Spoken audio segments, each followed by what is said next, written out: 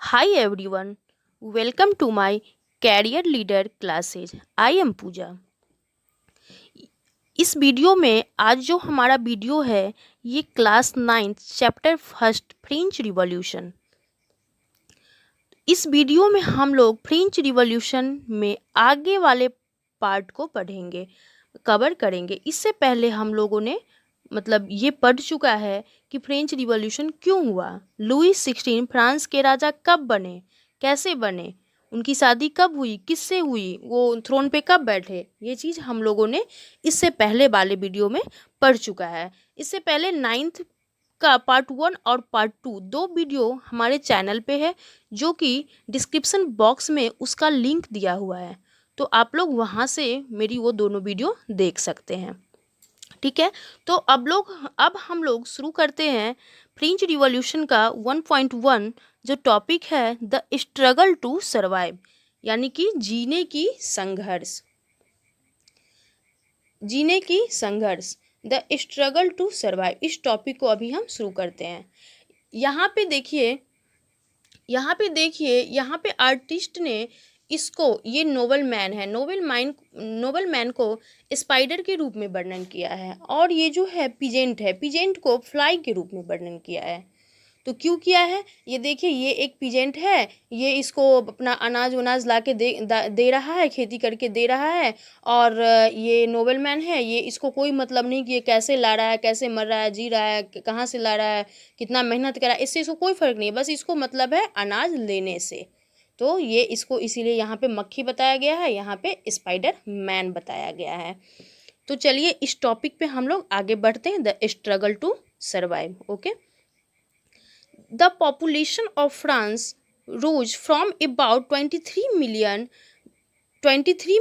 in 1715 to 28 million in 1789। अब देखिए, France का जो पॉपुलेशन है वो 23 मिलियन 1715 में क्या था, 23 मिलियन था, और वो बढ़कर 28 मिलियन हो गया। कब, 1789 में वो पॉपुलेशन बढ़ के 28 मिलियन हो गया। This led to a rapid increase in the demand for food grain। और उसके बाद जैसे ही, ये तो जाहिर सी बात है, जैसे ही आबादी बढ़ेगी, कहीं की आबादी बढ़ेगी, तो वहाँ पे अनाज की जो मांग है उसमें बढ़ोतरी हुई, उसको डिमांड जो है ज़्यादा हो गई, फूड ग्रेन की डिमांड जो है ज़्यादा हो गई। Production of grains could not keep pace with the demand. और प्रोडक्शन जो था फूड ग्रेन का, जो ग्रेन्स का जो प्रोडक्शन था वो कम था, और उससे ज़्यादा जो डिमांड थी, यानी कि उत्पादन कम था और वो डिमांड ज़्यादा थी। So the prices of bread which was the staple diet of the majority rose rapidly. और देखिए, इससे के कारण क्या हुआ, ब्रेड का भी प्राइस जो है बढ़ गया। और ब्रेड का अधिकतर फ्रांस के जो अधिकतर लोग थे, उनका डाइट क्या था, ब्रेड था, जिसको हिंदी में हम लोग बोलते हैं पाव रोटी। तो इसका भी प्राइस बढ़ा दिया गया। Most workers were employed as labours in workshop whose owner fixed their wage. ज़्यादातर जो वर्कर थे, वो क्या करते थे, वर्कशॉप यानी कि लेबर, जो मजदूर थे, वर्कर जो थे, वो कहाँ, कारखानों में, फैक्ट्री में काम करते थे, और उनका जो सैलरी वेज होता है सैलरी, वेजेस जो था वो कौन फिक्स करता था, तो वहाँ के ऑनर फिक्स करते थे। यानी कि कहने का वो अपने अनुसार, वो अपने हिसाब से अपना सैलरी फिक्स नहीं कर सकते थे। उनकी सैलरी जो है, वर्कर की सैलरी जो है, ये ऑनर फिक्स करते थे।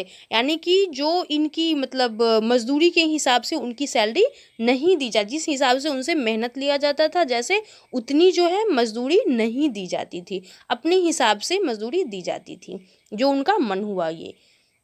But wages did not keep pace with the rise in prices, so that gap between the poor and in rich widened. अब देखिए, जो इस तरह से जो सैलरी में जो प्राइसेज जो है हर चीज़ों का बढ़ता गया, ब्रेड हो या अनाज हो, हर चीज़ का प्राइसेज बढ़ता गया, और जो लेबर्स लोग थे उनकी सैलरी में बढ़ोतरी, जिस हिसाब से मतलब हर चीज़ में बढ़ोतरी हो रही थी, प्राइसेज में बढ़ोतरी हो रही थी, जैसे कि वहाँ पे ज़्यादातर लोग ब्रेड खाते थे और ब्रेड की प्राइस जो है दिन पर दिन बढ़ोतरी की बढ़ाया जा रहा था।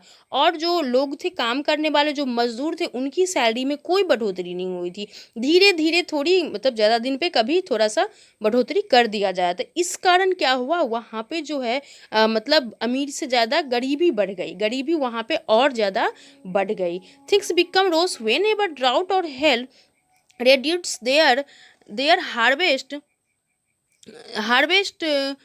this led to a subsistence crisis। अब देखिए सबसे ज़्यादा मतलब स्थिति तब वहाँ की खराब हो गई जब मतलब ये ड्राउट यानी कि सूखा और ओला पड़ने के कारण जो था उत्पादन जो था अनाज की जो उत्पादन थी वो नहीं होती थी। तो वहाँ की सबसे ज़्यादा स्थिति तब खराब होती थी। अब बताइए अनाज की उत्पादन नहीं होगी तो पीजेंट लोग किसान के जो खेत में काम करने वाले मजदूर थे वो मजदूरी कहाँ से करेंगे। अनाज की उत्पादन कम होगी तो प्राइस बढ़ेगी। यहाँ सैलरी बढ़ नहीं रहा है और हर चीज़ का प्राइस बढ़ रहा है तो गरीबी तो आनी ही आनी है। तो इसके कारण वहाँ की स्थिति और संकट में पड़ गई। जो मतलब फ्रांस की स्थिति जो है सो और वहाँ की स्थिति खराब हो गई। सब्सिस्टेंस क्राइसिस मतलब बोलते हैं जीने की जो मतलब ऐसी स्थिति ऐसी मतलब संकट जो जीविका का मतलब जो भी मतलब जीने के लिए आपको जो कुछ भी है आपके पास जो सहारा है वो भी जो आपसे छीन जाता है उसको बोलते हैं subsistence crisis. Some things that occurred frequently in France during old regime। और उस स्थिति में उस मतलब स्थिति में वहाँ की लोगों को जो थी वो स्थिति और पुरानी अर्थव्यवस्था में ये लोगों की स्थितियाँ जो है और ख़राब हो गई थी। फ्रांस की स्थितियाँ जो है और ख़राब हो चुकी थी। ओके, तो आई होप कि आप लोगों को ये वीडियो पसंद आया होगा। तो प्लीज़ चैनल को सब्सक्राइब ज़रूर करना और वीडियो को भी लाइक ज़रूर करना। ओके, नेक्स्ट टॉपिक में हम अगले वीडियो के साथ आते हैं। तब तक के लिए बाय बाय।